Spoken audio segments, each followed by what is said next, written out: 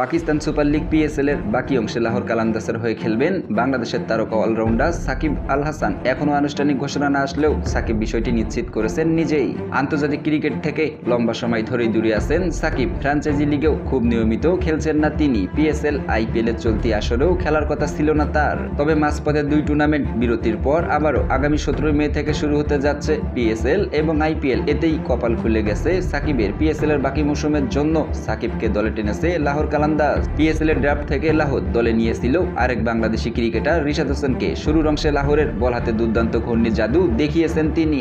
তবে পিএসএল এর বাকি অংশের সময়ে বাংলাদেশের জাতীয় দলের খেলা থাকায় সেখানে তাকে পাবে কিনা লাহোর তা নিয়ে শঙ্কা রয়েছে।